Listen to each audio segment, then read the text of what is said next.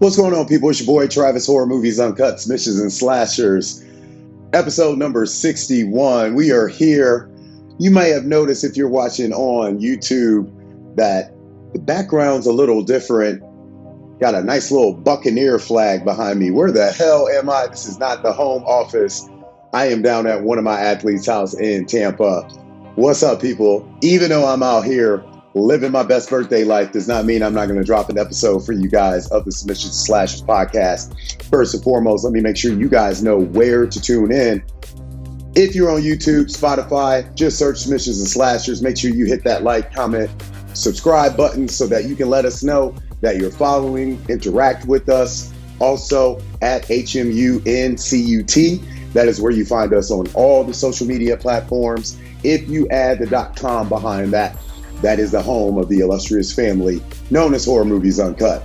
How you guys doing today, people? I am 1 year older now, as the boy just celebrated the big 4-5 Michael Jordan retirement number, and it is Saturday, June the 8th. It is about 9 o'clock in the morning, and we are here to give you guys the details and the information that you need to know about what's buzzing around in the independent and horror genre film industry. So, what are we talking about on today's show? We got a review for The Watchers. That is right. We went and saw The Watchers. If you guys are on our social media, you might have saw me give a little bit of blurb about it. We're going to dig a little bit more deeper into it. Not going to spend too much time, but for sure give you guys more of a quality update on our thoughts of The Watchers. We do have some weird news of last week returning. Not only do we have weird news of last week returning, we got our big action film to see, and we got that lovely indie film shout out from Below the Grave. So this is what I would like to call just your good old fashioned Submissions and Slashers episode. Now, we are not going to do What the Hell is Streaming next week.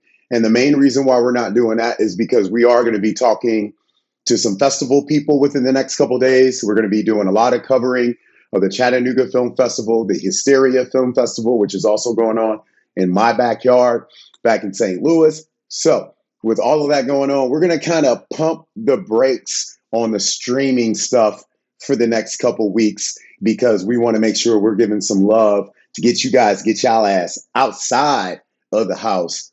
Even though I know it's hot, and I know you guys are out there like, yo, it's too hot to be going seeing any movies. Not true.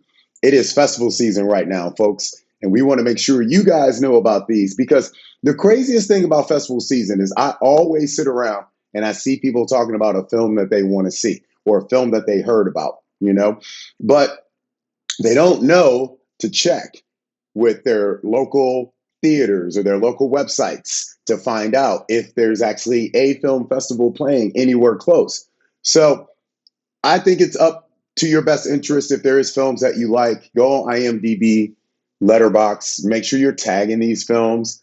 You might even want to jump in and follow some of the social media of these films, because it's still relatively funny to me that here we are, 2024, in the middle of the summer, and you still have so many movies.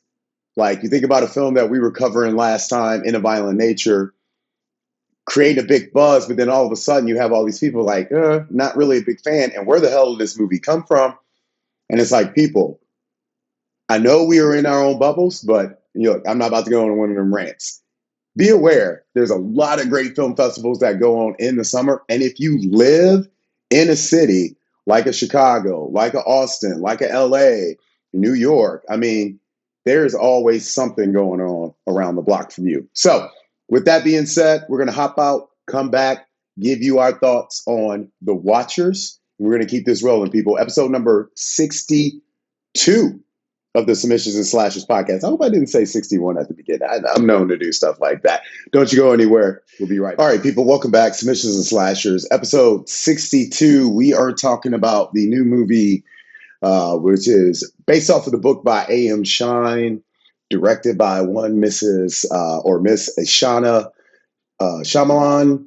And we are talking about The Watchers. So the movie stars Dakota Fanning, Georgina Campbell, Owen Forty. I forgot how you pronounce her last name. Forte. Uh, she's like insane. All the stuff she's been in. So let's dig in real quick. I think the main thing to realize when you're watching a movie like The Watchers is that first and foremost, it is based off of a book. Okay. So I think one of the biggest disservices that you can do to Ishana right now is to kind of compare her to M. Night. I'm not, I would have to go back to recall what films, like, there's certain films he adapted, like The Last Airbender and all that stuff that was based off of something else. Okay. But when you're looking at some of his other projects that are more his own, I think with Ishana doing a film based off of a somewhat popular Irish novel, we should probably pump the brakes on like trying to see if she's kind of found her own style outside of her father's. Clearly, watching the film, there's some elements of suspense and intrigue, a lot of misdirection that would make you think, oh my gosh, she's just following what her father does. But I'm sorry, I don't agree with that from the standpoint that this is based off of a story that's already been written. Okay. So, in my opinion, the misdirection, the suspense, the intrigue were all stuff that were going to be in there regardless of who did this film or not. Right. What I was looking for from Ishana from this was to see, well, what is her lead in direction? Like, how does she set up her shots, her stages, her how does she make sure that she's getting the most out of her cast? And it's very hard also not to get a lot when you have such a great cast like this. I think Oliver Finnegan kind of stole the film with his portrayal as Daniel in the movie, but I would just say there is really no need to compare this film with anything her father's done. This is your typical director is paid to direct somebody else's shit. Okay. Now, I know screenplay wise, she did adapt some of her own stuff into the screenplay. You know, I'm curious. It does not make me, I'm not going to lie, it does not make me want to go read the book. Like, I'm not too worried about the difference between this and the adaptation and the book. For me, it was all about, were we going to get something solid enough and entertaining enough?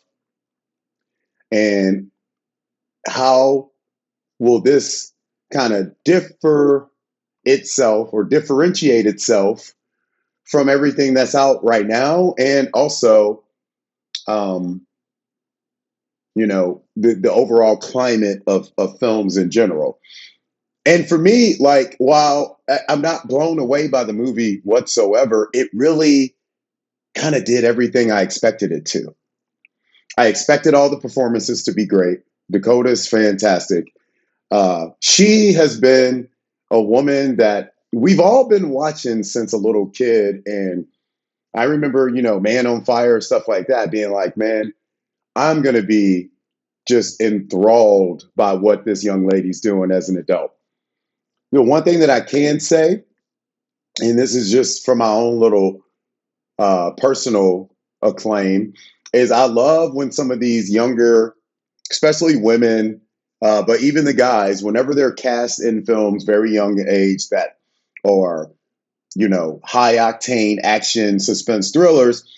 And then, it seemed like there was a trend when I was growing up in the 80s and 90s that you would get these kids playing and stuff, and then it was like you would take them away from it. And then you would start trying to put them in all these roles that were just completely wrong and forced. But what I love about seeing her in a film like this and so many other actresses is it kind of brings back the true essence of like your original like scream queens and final girls and stuff from movies that they started in them when they were young and they're still in these types of films right now. Like they have, you could tell they have a love for being in the films that are a little bit more obscure and a little bit darker. So did not really think The Watchers was that scary, but it's a PG-13 movie. And I know there have been PG-13 movies that got a lot of like shock factors, you know what I mean? Like there's a lot of jump scares and stuff like that. But this is in the vein of what you would call fable, fantasy, of course, dark fable fantasy. And for me, that hits it right on the head. I did not really walk out of this film thinking that I saw something more than I was going to see, but my expectations weren't also lessened by what I would see. I actually enjoyed it. I'm going to probably watch it again. Now, I will say I kind of wish I read the book because if I would have known what the kind of the identity of what we're dealing with in this is, probably would have pushed me off of it because it is, and like, look, I'm a Shamrock Rover fan. I love Irish culture, but I will say that a brother is getting sick and tired of one of y'all lores. And the only reason why is because I know there's got to be more to Irish folklore in regards to demons, fairies, whatever the case may be. I know there's got to be a lot more than this consistent thing that keeps coming from your guys' neck of the woods. If you're a true horror fan, you know exactly what I'm talking about without even seeing the film The Watchers. So, with that being said, though, we gave it a 2.5 out of 5 because we think that there is no reason why you shouldn't go see this film. And if you have kids, man, like, you know, I'm a father, and it's big on me because of my childhood growing up. If we're gonna keep movies going, people get so sick of, oh, there's nothing good out there. Everything's streaming, everything. You get so much stuff from people who don't even really watch movies that I don't even, whatever. But what I always try to do is if I know there's a movie that an actual family probably could watch, that might even for a tad bit be oriented to horror, we need them to see it. So I would love for you to take your kids to go see The Watchers, because if I was a 13-year-old kid, 12-year-old kid, 11-year-old kid, man, I would love to see movies like this because these are the movies we grew up watching. And that's another thing that I can't stand about some of you adults is how you just completely piss on some of these movies when you act like us, like when we were growing up, every fucking thing that came out was great. Get out of here, man. How many of these films have we been able to go back and watch as we've been older and get so much more of an appreciation for it because we didn't really understand some of those elements because they were more geared towards adults. With a movie like The Watchers, I think this is actually more geared towards kids. And I feel like it's the type of movie that if you were a fan of any type of campfire story, any type of Are You Afraid of the Darks, any type of Goosebumps, like this is going to be a type of movie you're going to want to see. Okay? So go watch it. The Watchers. Leave us your thoughts and comments below on the video and let us know what you thought. Okay? So we're going to hop out of this, come back. We're going to dip into some of the weird news that's going on around the world. So you guys don't go anywhere. We'll be right back. Make sure you like, comment, and subscribe. Submissions and Slashers.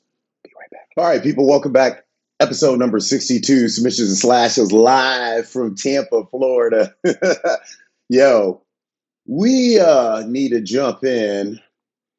Now, you know I'm in Florida, and Florida man is always real, correct?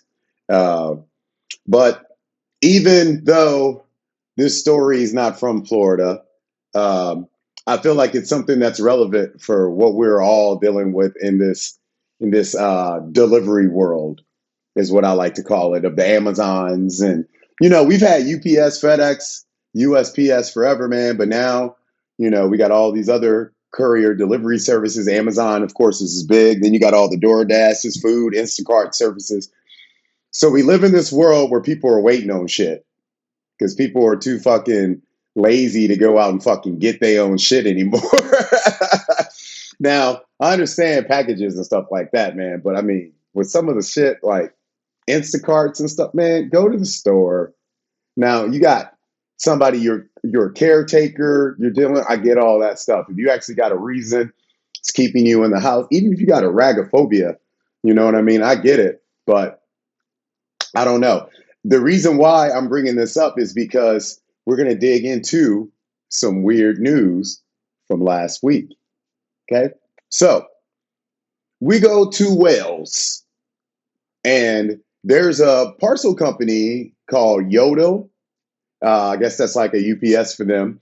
Well, it looks like they've had to apologize to this woman because she ordered a dress back in 2022 and they swore up and down that it got delivered. Sounds like some shit I'm dealing with right now. They're swearing up and down it got delivered. They showed that it got delivered. Her name's Meg Johnson. She's 30. Um, well, she's doing some gardening over the weekend or last week, and while she was doing some gardening, she comes across something in the dirt, and sure enough, it's a parcel package, and inside of it, she now finds her now decomposed dress that she ordered. And I'm gonna pop a photo up so you guys can see this, right? It's crazy of this dress. And, you know, I'm not exactly sure how interested she was in this beforehand, but it was just crazy. So because she emailed them, she was just like, hey, this dress was not here, been looking for it. She said she kept getting like just regular responses. But then when she finally got the dress and she saw, or actually after she found the dress, she reached out to them again to be like, hey, look, I told you guys I didn't know where this was.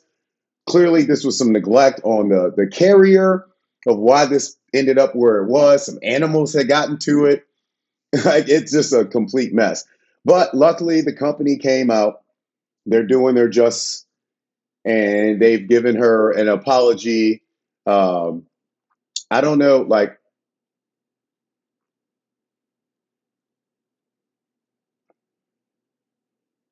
yeah, and she said, yeah, she contacted them back, and they're just like, uh, yeah, we can't really do anything for you, but we're just sorry.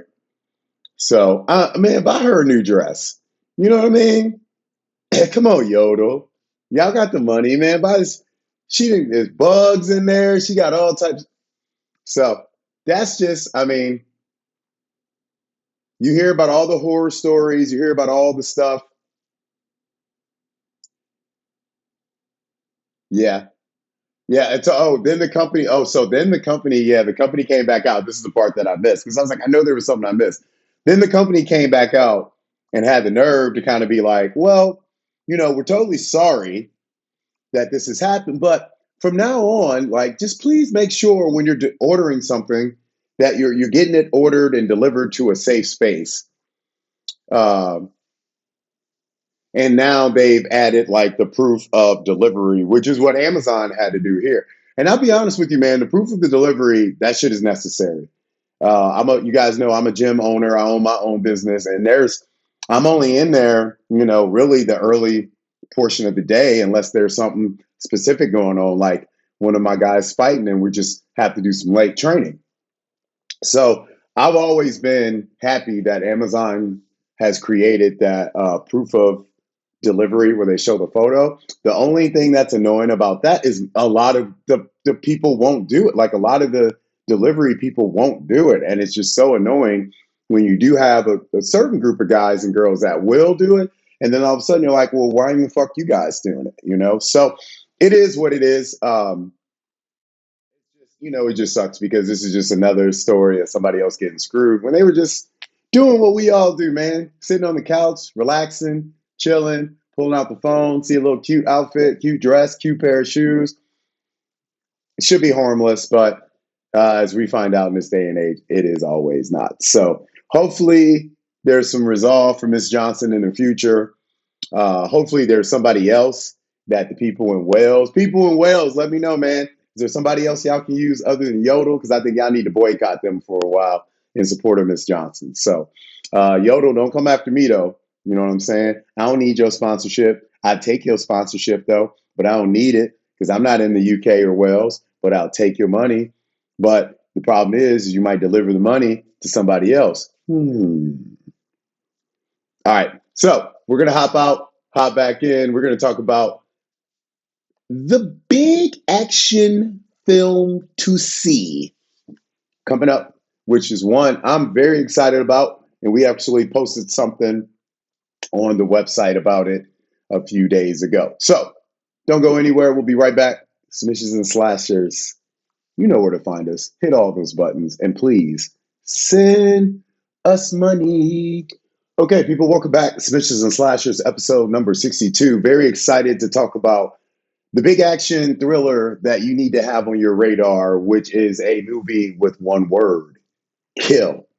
You may have started to hear a little rumblings about this movie. It's going to be in theaters July 4th. It is directed and written by Nikhil Nagash Bhatt, and it stars Lakshaya. This gentleman is got action, future star written all over him. And the type of movie Kill is going to be a film that I think fans of everything from John Wick to, old school action movies that involve martial arts, they're going to really be a big fan of this film. It is being deemed the most violent and goriest film to ever come out of India. If you have been on our website within the last 72 hours, we posted a little clip called Armit is Upset. So Lakshaya's name in the film is Armit, and the film follows, he's a almost like special forces combat guy who finds out that the love of his life is being set up for her arranged marriage. Okay. Love the fact that they're jumping right into something that is probably the most talked about thing outside of their world for all of us is their arranged marriages. Because we know that love conquers, right? And love is not always going to be there. Love's two-way street, whatever you want to say. So when you think about someone that's in love and you know that there's a possibility that you might not ever be with this person, love will make you do crazy things, right?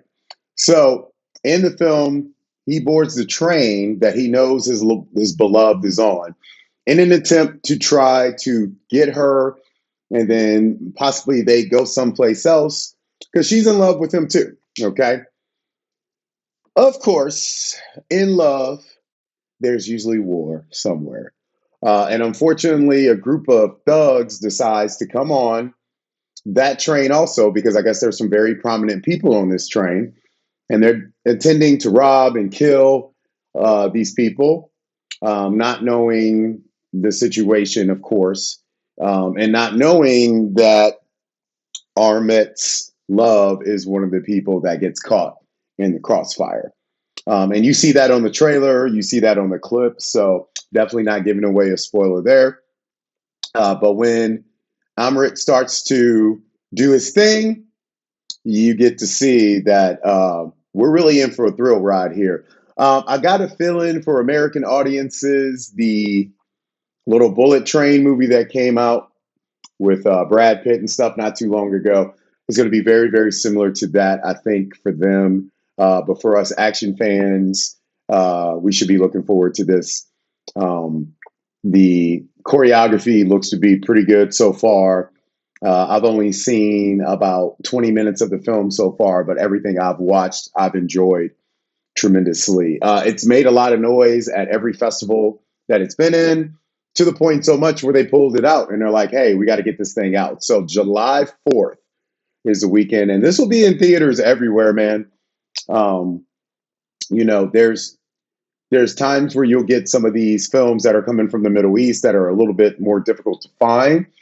But if you have a theater in your neighborhood that's got like a 14 plus screen, like think your 20 cinemas, 16 cinemas, you usually will be able to find one of the films coming from this region, which right now there are a lot. Um, but Kill is the one that I'm definitely most excited to see. I love the fact that Lionsgate jumped behind this. Roadside Attractions, two brands that I am a fan of and always has been a fan of. So we are very excited for Kill. And guess what, people? We will be talking to the star and director of the film coming up in the next couple weeks. So make sure you on the lookout for that, bruh. You know what I mean? All right. So let's hop out. Let's hop back in. We're going to talk about, let's see, we need to get to that indie film shout out. And then we're going to go ahead and preview next episode, man, and get on out of here. Like I said, this was going to be real quick to the point. Submissions and Slashers episode number 62 live in Tampa. We'll be right back, people. I need to get some coffee. I just tried to make some coffee. It didn't really work out too good, so I got to go get some coffee. Be right back. Okay, people, welcome back. Submissions and Slashers episode number 62. We are looking to wrap it up. We're going to give our quick indie film shout out. From Below the Grave, it's going to be a movie that's going to be available in limited theaters and on demand on June 21st. That movie is called Blackwater Lane. It is based off of the best-selling book by B.A. Paris. It is directed by Jeff Celentano, written by Elizabeth Fowler. It stars the lovely Miss Minka Kelly, Maggie Grace, Dermot Mulroney, Alan Calton, and Natalie Simpson. After witnessing a grisly tragedy, a woman is visited by a ghostly presence and starts to question her own sanity. Blackwater Lane, A House of Horrors, out on the 21st of June. It is PG-13, and I'll be honest with you, it sounds and feels a lot of like what we were just talking about with The Watchers. PG-13, already a best-selling book, dealing with someone losing, like kind of becoming insane based off of seeing something. A lot of elements, I think, that are very, very similar. But it is its own movie. We have been covering it for the past a few weeks here on Horror Movies Uncut. And of course, we will have a review and everything up for you guys once we see the film. But our indie film shout out from Below the Grave this week is Blackwater Lane. And that's another Lionsgate release. Big shout out, as always. All right, folks. So we got some really, really big stuff on the horizon that we're doing. We are looking to do our first Submissions and Slashers episode live from a studio. Hopefully this will be something that you guys will see from this point on. Still trying to work out some of the interviews since they're always coming from other places. But with us being, why is at the end of the show the only mosquito in Florida deciding to bother me right now? So another thing is we are going to have a in-studio guest appearance, and that is going to be one Mr. Paul Hibbard, the owner and creator of Hysteria Festival. So we're going to be digging into everything Hysteria Film Festival. We're going to be digging into everything, talking about Chattanooga Film Festival coming up. So it's going to be a very festival-heavy episode. And I might have somebody joining me on this episode as well in a little co-host role. So be on the lookout, folks. We got some stuff coming up. That next episode might be off the chain, and hopefully it will kick off into what you're going to be seeing with what we've been talking about for the last year. I told you guys this year we're going to have some stuff we're switching up, and they are almost here, folks. So we'll be back with all that stuff on the next episode. Like I said, we're going to hold off on what the hell is streaming next week for a couple weeks, just to give some love to all the stuff that's playing out in the festivals. Don't forget, if you are in a city that has a nice little cinema fan base, check right now. There might be a festival going on in your own backyard where you might get a chance to see a movie I haven't even seen yet. Do it. Get out there, folks. But make sure you follow us at HMUNCUT. You want to follow me personally? You can find me anywhere. NYQUILL. That's 2 L's. Travis Nyquil. That's the nickname. That's the one they gave me. But And of course, always look up Submissions and Slashers on YouTube or Spotify. And then make sure you hit that like, comment whenever you can. And please hit that subscribe button. Folks, we got so much stuff coming your way as we round out this end of the summer. Looking forward into a push going into that next year. But we're glad you're here. Thanks for watching. Thanks for listening. Check you out on the next one. Peace from Tampa.